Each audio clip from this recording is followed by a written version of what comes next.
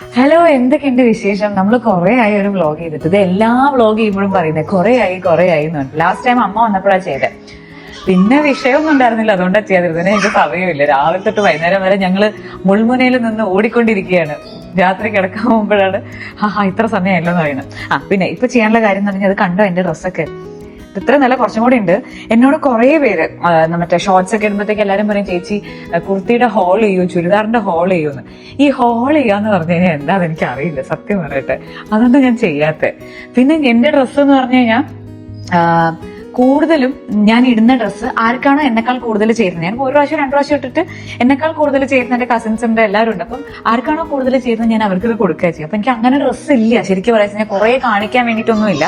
പിന്നെ ഇതൊക്കെ ഞാൻ എടുത്തു വെച്ചതിന്റെ റീസൺ എന്താന്ന് വെച്ച് കഴിഞ്ഞാൽ, ഇവിടെ ചിലർക്ക് ഞാൻ ഭയങ്കര വന്നതാണ്, ഇത് കുറയുന്നില്ല എന്നുള്ള വാക്ക്. മാഷിനെ അല്ല കേട്ടോ, എന്റെ അമ്മ പ്രസവം കഴിഞ്ഞിരുന്നപ്പോ എന്നോട് ചോദിക്കുകയാണേ, കിങ്ങിണി ഇത് എന്ത് കോലാത്, ഇത് എങ്ങനെയോ ഒന്ന് മെലിഞ്ഞ് കിട്ടുക. അതായത് പ്രസവം കഴിഞ്ഞ ഒരാഴ്ച കഴിഞ്ഞിട്ടും പുള്ളിക്കാരത്തെ എന്റെ തടീനെ കുറിച്ച് പറഞ്ഞുകൊണ്ടിരിക്കുക. അപ്പൊ അന്നു മുതലേ ഞാൻ നോട്ട് ചെയ്ത് വെച്ചതാണ്. എപ്പോഴും ഉള്ളതാണ് ഞാൻ വണ്ണം വെച്ച് ഇങ്ങനെ കളിയാക്കുന്നത്. സോ അതിനേക്കാളൊക്കെ ഉപരി ഞാൻ മെലിഞ്ഞു. ആർക്കെങ്കിലും കണ്ടിട്ട് തോന്നുന്നുണ്ടോ ഞാൻ മെലിഞ്ഞു എന്ന്? 5 കിലോ ആണ് ഞങ്ങളെ വെയിറ്റ് ലോസ് ചലഞ്ചിലൂടെ ഞാൻ കുറച്ചിരിക്കുന്നത്. ശരിക്കും പറഞ്ഞാൽ എന്റെ ടാർഗറ്റ് 8 കിലോ ആയിരുന്നു. പക്ഷെ ഈ കഴിഞ്ഞ 2 മാസമായിട്ട് ഞങ്ങൾ കുറച്ച്, ഞാൻ പറഞ്ഞില്ല നല്ല തിരക്കായിരുന്നു. പിന്നെ അല്ലാതെ കുറെ കാര്യങ്ങളുള്ളതുകൊണ്ട് എനിക്ക് ഫുഡൊന്നും പ്രോപ്പറായിട്ട്, ഞാനൊന്ന് പറഞ്ഞോട്ടെ, ആത്മജവ സ്വന്തം വർത്താനം പറഞ്ഞുകൊണ്ടിരിക്കുക. അപ്പൊ എനിക്ക് ഫുഡൊന്നും അങ്ങനെ ഡയറ്റൊന്നും ചെയ്യാൻ പറ്റിയില്ല. അപ്പൊ എക്സസൈസിൽ മാത്രം കുറഞ്ഞതാണ് ഈ ഒരു 5 കിലോ. അപ്പൊ അത് ഞാൻ കുറഞ്ഞു എന്ന് അറിയിക്കാൻ വേണ്ടിയിട്ടാണ് ഞാൻ ഈ ചുരിദാറുകൾ എടുത്തു വെച്ചിരിക്കുന്നത്. ഇതിപ്പോ ഞാൻ സ്റ്റിച്ച് ചെയ്യാൻ പോവാ. ഇതൊക്കെ എനിക്ക് ലൂസായി. ഇപ്പോ ഞാൻ ഇടുമ്പോഴത്തേക്കും ഞാൻ മെലിഞ്ഞു എന്ന് കാണണമെങ്കിൽ ഇതിന്റെ ടൈറ്റ് ആയാലല്ലേ അറിയാൻ പറ്റുള്ളൂ. ഞാൻ മിക്കവാറും ഓവർ സൈസ് ഡ്രസ്സാ വാങ്ങിക്കുക, എന്റെ തടി അറിയാതിരിക്കാൻ. അപ്പൊ ഇതൊക്കെ ഞാനൊന്ന് എന്താ പറയാ ചെറുതാക്കാൻ പോവാണ്. ചെറുതാക്കി വരുമ്പോഴത്തേക്കും നന്ദു വരുന്നു പറഞ്ഞിട്ട്, നന്ദുവും കാശിയും, ആത്മജയും കാശിയും കൂടെ കളിക്കാൻ വേണ്ടിയിട്ട്. പിന്നെ കുറച്ച് വീട്ടിലത്തെ പരിപാടികളൊക്കെ ആയിട്ട് അങ്ങനെ പോവാന്ന് വിചാരിക്കണം.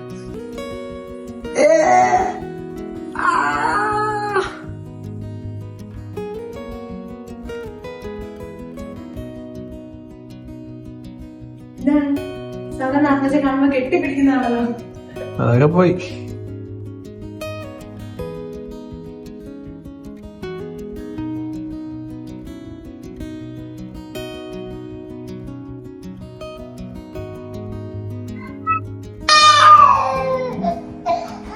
ഞാൻ നേരത്തെ കെട്ടിപ്പിടിക്കണ കാണിച്ചെന്താ അറിയോ?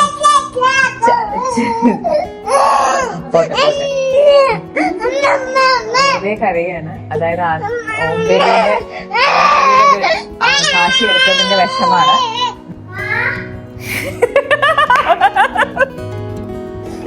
എന്താ വേണ്ട കഴിക്കാൻ? നൂഡിൽസാ? ഇവിടെ ഞാൻ നൂഡിൽസ് ഒന്നും വാങ്ങിച്ചു വെക്കില്ല മുത്തേ. വേറെ എന്തെങ്കിലും പറയും. ഞാൻ ഇതുവരെ ആത്മജയ്ക്ക് നൂഡിൽസും കാര്യമൊന്നും കൊടുത്തിട്ടില്ല. പിന്നെ താങ്കൾ ഓർഡർ ചെയ്യോ? ഞാൻ ഉണ്ടാക്കി കൊടുക്കാം. നോക്കിയൊക്കെ ഉണ്ടോ എന്തെങ്കിലും ഒന്ന് ഓർഡർ ചെയ്യോ? ആക്ച്വലി എനിക്ക് അറിയില്ലായിരുന്നു മില്ലറ്റ് നൂഡിൽസ് ഉണ്ട് എന്നുള്ളത്. കാശിക്ക് ഈ നൂഡിൽസ് തന്നെ വേണമെന്ന് നിർബന്ധം പറഞ്ഞപ്പോ മാഷാണ് സ്ലർപ്പ് ഫാമിന്റെയും മില്ലറ്റ് നൂഡിൽസ് വാങ്ങിച്ചത്. കൊള്ളാം അല്ലേ? ഞാൻ ഈ മില്ലറ്റ് നൂഡിൽസ് ഉണ്ടെന്ന് എനിക്ക് അറിയില്ല. ഇതിൽ മൈദയില്ല, ഫ്രൈഡും അല്ല. എന്തായാലും ആത്മജ ഇതുവരെ നൂഡിൽസ് ഒന്നും കഴിച്ചിട്ടില്ല. എങ്ങനെ ഉണ്ടാവുന്നൊന്നും അറിയില്ല. മൂപ്പർക്ക് പൊതുവെ ഇങ്ങനത്തെ സാധനങ്ങളൊക്കെ ഇഷ്ടമാണ്. മാഷിന്റെ ഏകദേശം ഒരു സ്വഭാവമാണ് ആത്മജയ്ക്കും. ഇങ്ങനെ ഇടയ്ക്കിടയ്ക്കൊക്കെ ഈ നൂഡിൽസ് ഒക്കെ ഈവനിങ് സ്നാക്ക് ആയിട്ട് കൊടുക്കുന്നതുകൊണ്ട് കുഴപ്പമില്ല. നമ്മളിപ്പോ എവിടേക്കെങ്കിലും ഒക്കെ പോവാണെങ്കിൽ പെട്ടെന്ന് ഇതേമാതിരി ഉണ്ടാക്കി കൊടുത്താൽ മതിയല്ലോ. ആത്മജയ്ക്ക് ഇഷ്ടപ്പെട്ടാൽ രക്ഷപ്പെട്ടു. കാശി പിന്നെ ഫുൾ ടൈം നൂഡിൽസിന്റെ ആളെ. എപ്പോ കണ്ടാലും എന്താ വേണ്ടെന്ന് വെച്ച് കഴിഞ്ഞാൽ ഒന്ന് പറയും നൂഡിൽസ്, രണ്ടാമത് എന്താ ബർഗറാണ്. ഇത് രണ്ടും അല്ലാതെ വേറെ ഒന്നും കാശി വിട്ടുപിടിക്കില്ല. എന്തായാലും കൊടുത്തു നോക്കാം.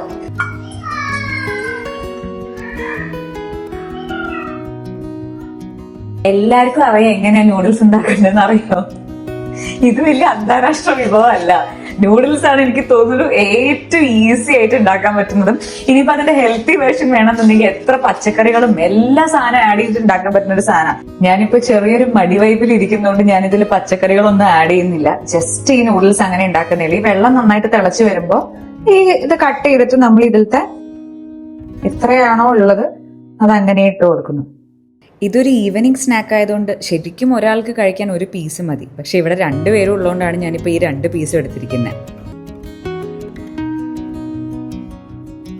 അടച്ചു വെച്ച് വേവിക്കാം. ഈ വെള്ളം ഒന്ന് പകുതി ആകുമ്പോഴത്തേക്കും സ്പൈസസ് ഇട്ടാൽ മതി. ആദ്യം തന്നെ ഇടുമ്പോഴത്തേക്കും അത് കുഴഞ്ഞു പോകും. അതുപോലെ ഇപ്പൊ ഞങ്ങള് കുക്കീസ് നമ്മൾ സ്ഥിരം വാങ്ങിക്കുന്നത് റാഗിയുടെ കുക്കീസ് ഉണ്ട്. ഇപ്രാവശ്യം അതന്നെയല്ലേ വാങ്ങിച്ചിരിക്കുന്നത്. റാഗി കുക്കീസ് വാങ്ങിക്കും. അതുപോലെ ഇത് ബനാന ഓട്ട് കുക്കീസ് ആണ്. ഇത് നമ്മൾ സ്ഥിരം വാങ്ങിക്കുന്നത്. ആത്മജയ്ക്ക് ഞങ്ങൾ കൊടുക്കാറുണ്ടായിരുന്നു. ആത്മജയ്ക്ക് ഇത് ഇഷ്ടം. നല്ല അടിപൊളി മണം. ഞാൻ ഈ പാക്കറ്റ് തുറന്ന് ഞാൻ മണക്കുക, അപ്പത്തേക്ക് മാഷ അവിടെ നിന്ന് തുമ്മി തുടങ്ങി.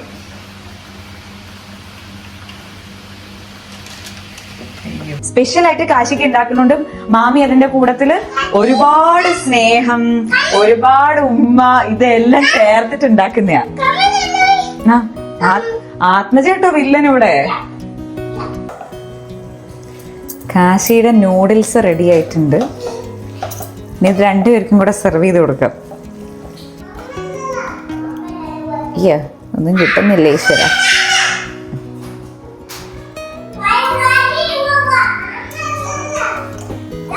രണ്ടുപേർക്കും ഈക്വലി കൊടുത്തില്ലെങ്കിൽ അടിയാവും. ശരിക്കും ഇതിൽ ഒരു കേക്കിന്റെ ഹാഫ് പോർഷൻ മതി ഒരാൾക്ക്. ഞാൻ രണ്ടുപേരായതുകൊണ്ടാണ് ആ ഒരു ഫുൾ കേക്ക് എടുത്തത്. അത് തന്നെ നല്ല രീതിയിൽ അത്യാവശ്യത്തിൽ നല്ലോണം ഉണ്ട്. ഒരു ഈവനിങ് സ്നാക്ക് ഒക്കെ ആയിട്ട് നല്ല രീതിയിൽ ധാരാളം. ഇത് ആത്മജയ്ക്ക് അത് തന്നെ കുറച്ചേ ഉള്ളൂ എന്ന് പറയില്ല. അവസാനം ആത്മജ അതും കൂടെ വേണമെന്ന് പറയും, കാശിക്കും കൂടെ വേണമെന്ന് പറയും. കാശിയുടേതും കൂടെ. ഇത് സ്പെഷ്യൽ നൂഡിൽസ് ആണ്. സ്പൈസി അല്ല. ഇത് കുറച്ച് സ്പൈസിയാണ്. ആത്മജ എരിവുണ്ടോ? ഉണ്ട്. അപ്പൊ സ്പൈസിയാണ്. ഓക്കെ. അത് തന്നെ. എന്തൊക്കെയൊക്കെയോ അന്താരാഷ്ട്രക്കാർ.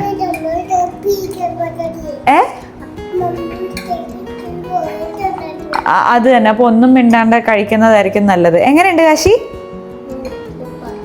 സൂപ്പർ. ആത്മജ എങ്ങനെയുണ്ട്? Super super. ഇതൊന്നും എടുക്കരുത് കേട്ടോ. സൂപ്പർ. Thank you.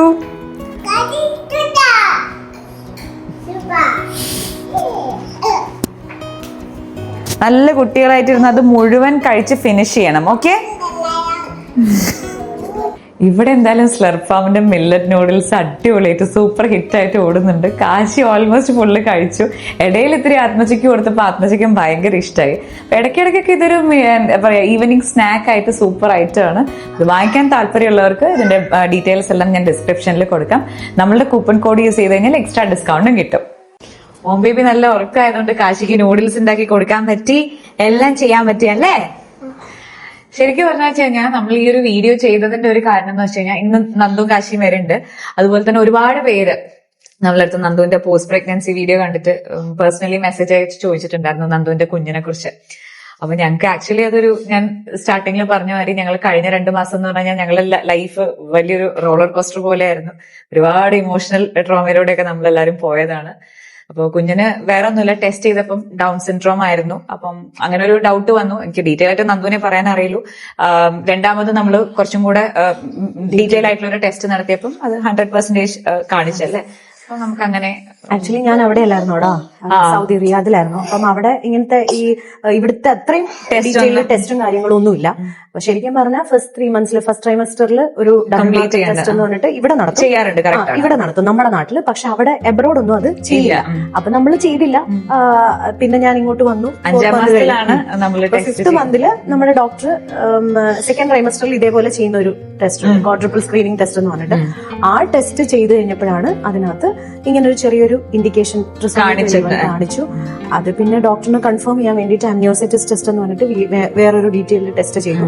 അങ്ങനെ കൺഫേം ആക്കി. അപ്പൊ പിന്നെ നമുക്ക് ടെർമിനേറ്റ് ചെയ്യാതെ വേറൊരു ഓപ്ഷൻ ഇല്ലായിരുന്നു. അങ്ങനെ ടെർമിനേറ്റ് ചെയ്യേണ്ടി വന്നു. ശരിക്കും പറഞ്ഞു കഴിഞ്ഞാൽ ആ ഒരു പ്രോസസ് എന്ന് പറഞ്ഞാൽ നമ്മൾ കണ്ടോണ്ട് പറയാണ്. ഞങ്ങൾ ഇതുവരെ കേട്ടിട്ടുണ്ടെങ്കിലും ഇങ്ങനെ വരും എന്നൊക്കെ കേട്ടിട്ടുണ്ടെങ്കിലും ഒരിക്കലും നമ്മൾ പ്രതീക്ഷിക്കുന്നില്ല ഇങ്ങനെ ഒരു സംഭവം വരും, ആൾക്കാർക്ക് ചുമ്മാ ആയിരിക്കുന്ന വിചാരിച്ചു. പക്ഷെ നന്ദുവിന്റെ കേസ് വന്നപ്പോഴാണ് ഓക്കെ. കാരണം ഡോക്ടർ പറഞ്ഞു ഈ 35+ കഴിഞ്ഞ് നമ്മള് മിക്കവാറും ചാൻസസ് കൂടുതലുള്ളത് 35+ തന്നെ ഒരു ഇവിടെ ആവുമ്പോൾ നാട്ടിലാവുമ്പോൾ 30+ തന്നെ ആവുമ്പോൾ ഡീറ്റെയിൽ ടെസ്റ്റും കാര്യങ്ങളും ഒക്കെ ഉണ്ടാവും. പക്ഷെ എബ്രോഡ് എന്ന് പറയുമ്പോഴത്തേക്കും അങ്ങനത്തെ ആ ഒരു ഇത് കുറവാണ്. അപ്പൊ എനിക്ക് പറയാനുള്ളത് ഇപ്പൊ പക്ഷെ കുറെ പേര് അത് ചെയ്യുന്നുണ്ട് കേട്ടോ. ഡോക്ടേഴ്സ് എനിക്ക് ചെയ്ത റേഡിയോളജിസ്റ്റ് തന്നെ പറഞ്ഞു കുറെ പേര് അത് ചെയ്ത് കൺഫേം ആക്കുന്നുണ്ട്, നിർബന്ധമാക്കുന്നുണ്ട്. ജനറ്റിക് ഡിസോർഡേഴ്സ് കുട്ടികൾക്ക് ഉണ്ടോ എന്ന് അറിയുന്നുണ്ട്. അപ്പൊ അതുകൊണ്ട് ഇപ്പം കൺസീവ് ചെയ്യാൻ ആഗ്രഹിക്കുന്നവര്, അല്ലെങ്കിൽ ഈ പറഞ്ഞ പോലെ ഒരു കുട്ടി കഴിഞ്ഞിട്ട് സെക്കൻഡ് കുട്ടി ചിലപ്പോൾ കുറച്ച് ഡിലേ ആകുമല്ലോ, അങ്ങനെ ഡിലേ ആയിട്ട് നോക്കുന്നവരാണെങ്കിലും നിങ്ങൾ ഉറപ്പായിട്ടും ഇപ്പൊ എബ്രോഡ് ആണെങ്കിൽ NIPT എന്ന് പറഞ്ഞൊരു ടെസ്റ്റ് ഉണ്ട്, അതിലറിയാൻ പറ്റും. നാട്ടിലാണെങ്കിൽ ഒരുപാട് ടെസ്റ്റുകളുണ്ട്, അത് ചെയ്ത് ഉറപ്പുവരുത്തുക. ഇനി പറഞ്ഞ പോലെ ഒരുപാട് കാര്യങ്ങൾ ശ്രദ്ധിക്കുക. കാര്യങ്ങൾ ഡീറ്റെയിൽ ആയിട്ട് പറയാനുണ്ട്. എല്ലാവരും ഡിലേ ആക്കാൻ ശ്രദ്ധിക്കുക, ഹെൽത്ത് മെയിൻ ആയിട്ട് നോക്കുക എന്നുള്ളതാണ്. അപ്പൊ ഞങ്ങൾ അതൊരു പ്രസവം പോലെ തന്നെയായിരുന്നു നമുക്ക് ആ ഒരു പ്രോസസ്സ് ഉണ്ടായിരുന്നത്. അപ്പം ഞങ്ങൾ അത്യാവശ്യം ആ ഒരു വേദനയോട് കടന്നുപോയി. അപ്പൊ അതുകൊണ്ടായിരുന്നു നമ്മൾ പ്രസവരക്ഷയും കാര്യങ്ങളൊക്കെ ചെയ്തത്. അപ്പൊ ഞങ്ങള് ആദ്യം ഇത് പറയണ്ടെന്നായിരുന്നു വിചാരിച്ചിട്ടുണ്ടായിരുന്നത്. പിന്നെയാണ് ആലോചിച്ചത് പക്ഷേ ഇങ്ങനെ ഇപ്പോഴത്തെ ഒരു ഇതിൽ വെച്ചിട്ടുണ്ടല്ലോ, ഇപ്പം ഭയങ്കരമായിട്ട് ജനറ്റിക് ഡിസോർഡേഴ്സ് കൂടുതലാണ്. എനിക്ക് തന്നെ അറിയണ എനിക്ക് തോന്നുന്നു ഇപ്പൊ ഈ ഒരു 1 വീക്കിൽ തന്നെ ഞാൻ ഒരു 5-6 പേരുടെ എനിക്ക് അറിയുന്ന ആൾക്കാരുടെ കേസ് കേട്ടു. അല്ല, എന്റെ സെയിം ഇൻസിഡന്റ്. അപ്പം ഞാനൊരു ഗൂഗിളിൽ ഒരു റൈറ്റപ്പ് വായിച്ചു അടുത്തിടയ്ക്ക്. ഡേ ബൈ ഡേ ഈ ജനറ്റിക് ഡിസോർഡേഴ്സ് കൂടി വരുന്നുണ്ട് നമ്മുടെ നാട്ടിലൊക്കെ. അപ്പം നമ്മള് മാക്സിമം പ്രിക്കോഷൻ എടുക്കുക, ഹെൽത്തി ആയിട്ടിരിക്കുക. അപ്പം ഇതൊന്നും പറയണം എന്നുണ്ടായിരുന്നു, ഒരുപാട് പേര് ചോദിച്ചതുകൊണ്ട്. അപ്പൊ ഇതാണ് ഞങ്ങളുടെ ലൈഫിൽ നടന്ന ഒരു സംഭവം. എല്ലാവരും ശ്രദ്ധിക്കുക, കൺസീവ് ആവാൻ താല്പര്യമുള്ളവരൊക്കെ ഹെൽത്തി ആയിട്ട് എന്താ പറയാ എല്ലാ കാര്യങ്ങളും അങ്ങനെ നോക്കുക അല്ലെ.